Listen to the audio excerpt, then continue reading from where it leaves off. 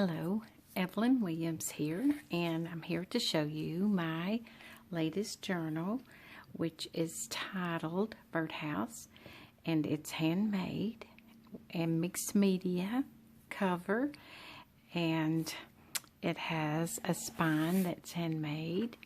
The overall size of this journal is approximately 6.5 by 4.5 by 1 3/4, and the inside has vintage maps. This is coffee stained pages and lots of all kind of creative graph paper and old sheet music.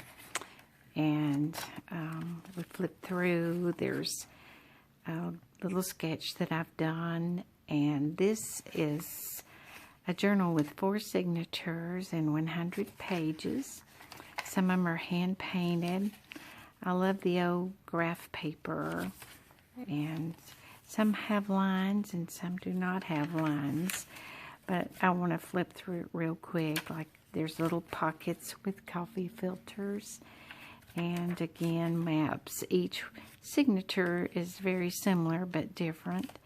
And there's a paper sack with a little opening to store things or put other things. There's another coffee filter packet, and that is pretty much it. I appreciate your time, and I thank you. If you want to, you can see this on my Etsy